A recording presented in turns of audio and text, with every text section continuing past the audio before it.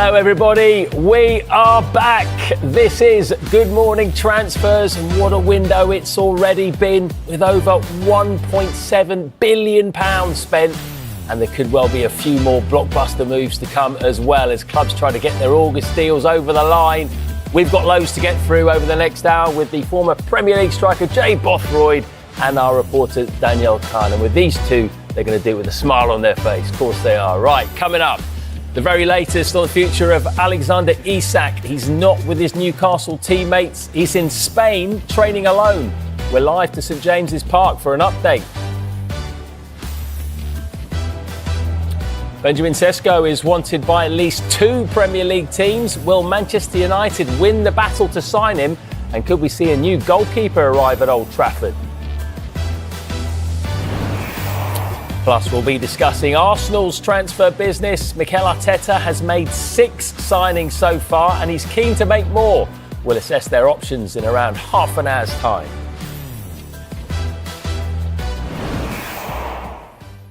Going to start off with some breaking news for you, though. It concerns Rangers, because they've announced the signing of Mikey Moore from Tottenham Hotspur. It's a loan deal that is subject to international clearance, so it's unlikely he'll play tomorrow in the Premiership against Motherwell, which is live on Sky. This is what Moore has had to say. I'm excited to get going. As soon as I heard Rangers were interested and wanted me to come, it was a massive opportunity for me. And head coach Russell Martin has said, we are thrilled to bring Mikey on loan for this season. His profile as a brave, aggressive, attacking player is one that we were keen to add to the squad. So big news for Rangers. They've got the exciting talent that is Mikey Moore from Spurs on loan for the season. One deal done. There are also a few stories that broke late last night that our viewers may have missed. So Dan's going to run you through them.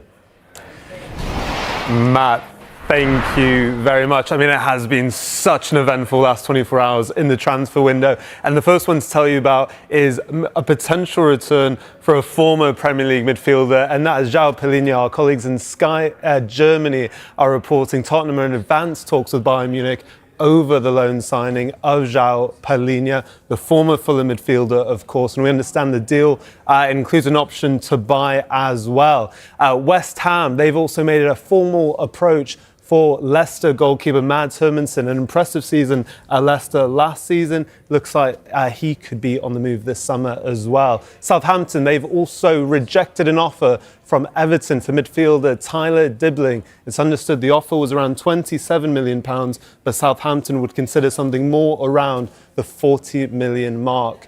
Wrexham, also busy this summer, of course. We all know the funds they have with their superstar ownership group. They are close to signing. Sheffield United's tried to Kiefer Moore, a fee in the region of £2 million. Yeah, it's interesting to see what kind of business Wrexham do this summer. We've got loads more on those stories on the website and app, by the way. But we're going to get started with Manchester United, because yesterday we reported that the club are interested in the Paris Saint-Germain goalkeeper, Gianluigi Donnarumma. This is big news, isn't it, Dan? Just tee this up for us. How far down the line are we with a potential deal here? Yeah, look, I think it's important to say at first that, very tentative. United are interested in Donnarumma. And when you look at their goalkeeping situation at the moment, Andre Onana, he is on tour with Manchester United at the moment, but he's out with a hamstring injury.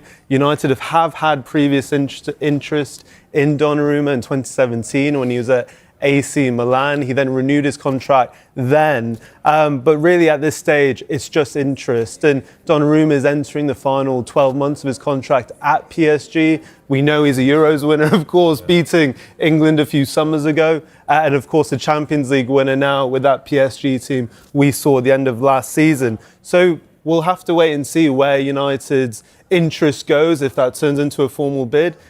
But, Jay, I'd ask you, is that where they need to strengthen right away? Definitely. I think most teams, if they could sign Donnarumma, there's going to be an upgrade on their keeper. He's one of the best in the world. I'd argue probably top 3 in the world. Obviously, he won the Champions League last year. He's a fantastic goalkeeper.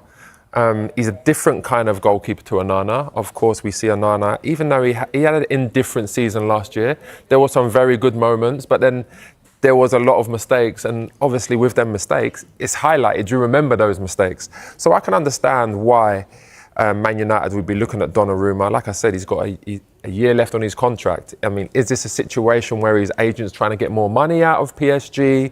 Is it a situation where he might just wait until the January transfer window, because then he can speak to foreign clubs and then maybe leave at the end of the season on a free?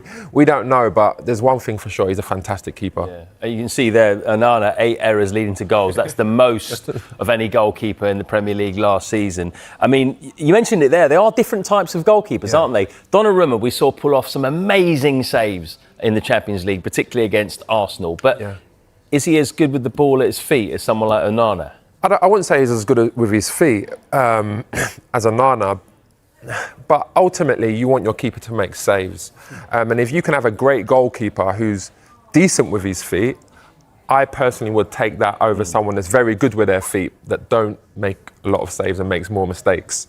Yeah, I mean, I do think that you have to remember, yes, Onana did have a few mistakes last season, but he also did have a few man-of-the-match performances as well. I mean, I remember one in particular against Brentford. You know, he made a fantastic double save, among many others, that game. And he also won save of the month a few occasions last season as well. So, yes, he had some mistakes in him. But I think Manchester United as a whole, as you know, Jay, when a squad themselves aren't feeling all that confident, maybe does a goalkeeper, a forward, maybe need a bit more empathy, even though those positions get so much more attention. I mean,